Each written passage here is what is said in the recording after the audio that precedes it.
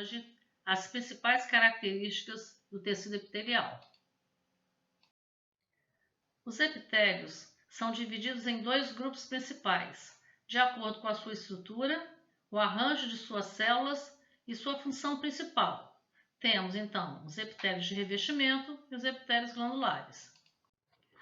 Os epitélios são constituídos por células poliédricas, isto é, células que têm muitas faces.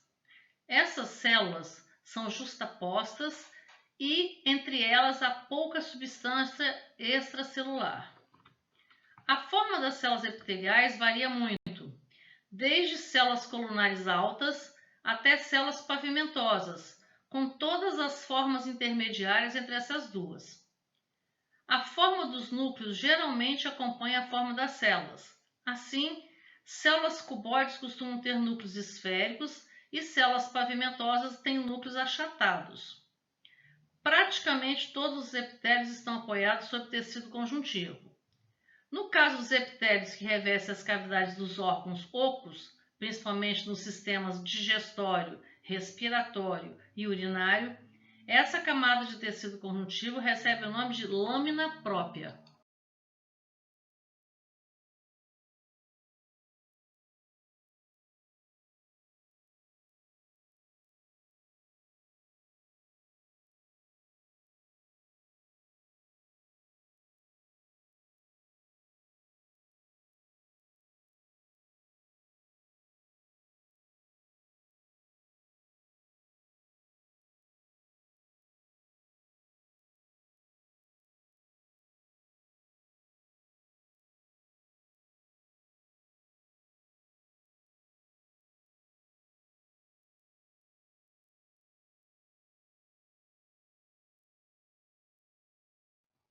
Os epitélios são classificados de acordo com o número de camadas de células que constituem esses folhetos epiteliais e conforme as características morfológicas das suas células.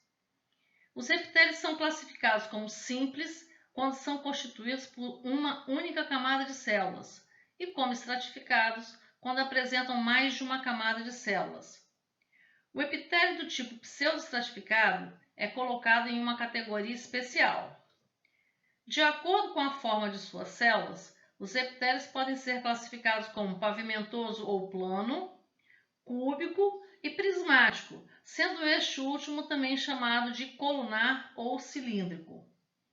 As células pavimentosas apresentam núcleos alongados, as células cúbicas, seus núcleos são arredondados e nas células prismáticas, os núcleos são alongados, elípticos e acompanham o maior eixo da célula.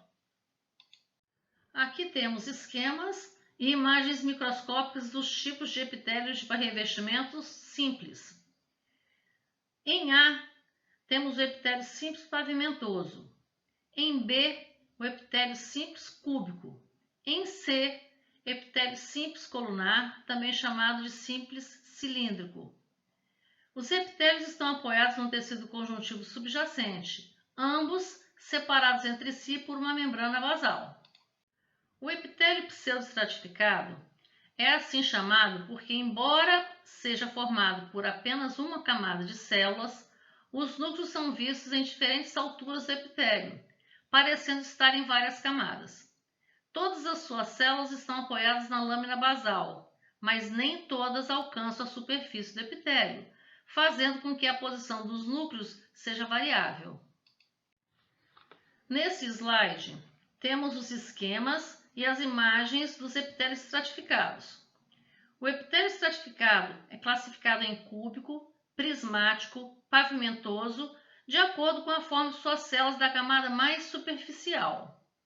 O epitélio de transição reveste a bexiga, o ureter e a porção inicial da uretra. É um epitélio estratificado no qual a forma das células da camada mais superficial varia com o estado de distensão ou relaxamento do órgão.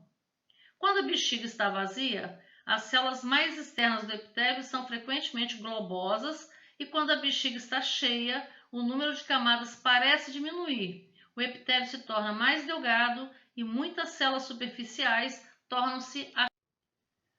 As glândulas são formadas a partir de epitélios de revestimento, cujas células proliferam e invadem o tecido conjuntivo subjacente. As glândulas exócrinas mantêm sua conexão com o epitélio do qual se originaram. Essa conexão toma a forma de dutos excretores, por onde as secreções serão eliminadas. Nas glândulas endócrinas, a conexão com o epitélio é obliterada e reabsorvida durante o desenvolvimento. Essas glândulas, portanto, não têm dutos e suas secreções são lançadas no sangue e transportadas para o seu local de ação pela circulação sanguínea. De acordo com a organização de suas células, as glândulas endócrinas podem ser diferenciadas em dois tipos. No primeiro tipo, as células formam cordões anastomosados, entremeados por capilares sanguíneos denominadas glândulas endócrinas cordonais. No segundo tipo, as células formam vesículas ou folículos preenchidos de material secretado. São as nossas glândulas vesiculares ou foliculares. As glândulas exócrinas são classificadas quanto aos dutos excretores e quanto à porção secretora da glândula. Quanto ao duto, as glândulas podem ser simples, se tiverem o duto não ramificado, e podem ser compostas quando apresentam dutos ramificados. Os dutos estão representados em azul mais escuro no esquema. Quanto à forma da porção secretora, as glândulas simples podem ser tubulares, cuja porção secretora tem o formato de um tubo, tubulares enoveladas, tubulares ramificadas ou acinosas, cuja porção secretora é esférica ou arredondada. Já as glândulas compostas podem ser tubulares, acinosas ou mistas túbulo-acinosas. De acordo com o modo pelo qual os produtos de secreção deixam a célula, as glândulas podem ser classificadas em merócrinas, holócrinas ou apócrinas.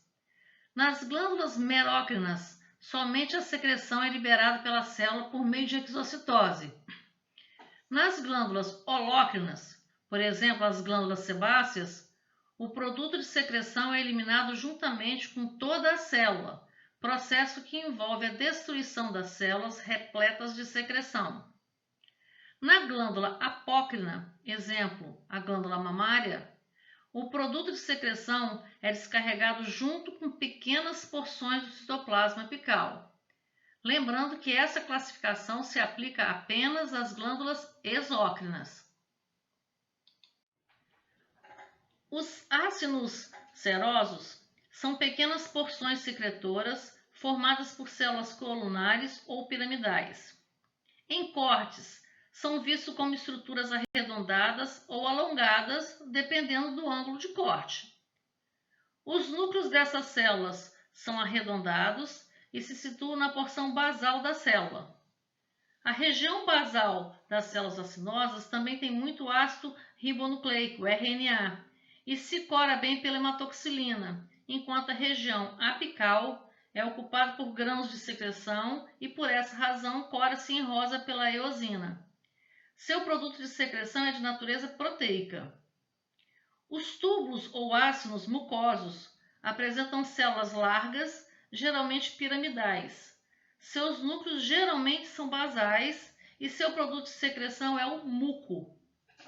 Algumas glândulas, como por exemplo a glândula salivar submandibular, são formadas tanto por ácidos serosos como por túbulos mucosos.